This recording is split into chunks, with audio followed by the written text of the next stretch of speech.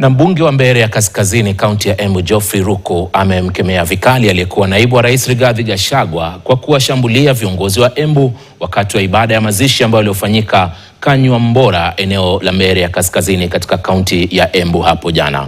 Akizungumza wakati wa utoaji wa msaada wa karo kwa wanafunzi wa shule za sekondari katika eneo la Kanywambora karibu tu na mahali ambapo mazishi hayo yalifanyika, Ruku alimlaumu Gachagua kwa kukosa heshima kwa jamii iliyokuwa ikiomboleza.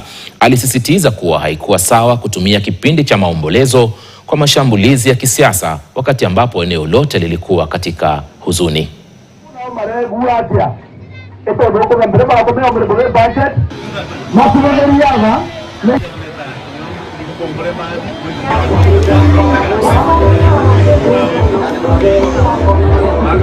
Kama unafikiria umeshika sawasawa, rudi tengeneza mkutano.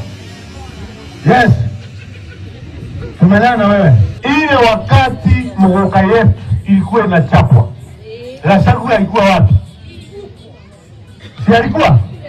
Alisema neno apone kabisa, hata kutuletea vitina hapa mbele nao. Unaendelea kutazama taarifa za KTN leo weekend ama KTN weekend siku hii ya leo ya Jumamosi, ambayo bila shaka ni siku ya 4 tangu mwaka 2025 ugonge kupitia mwezi wa Januari. Tunakwenda pumziko fupi, lakini nitarudi tuendelee na taarifa zaidi. Endelea kutazama.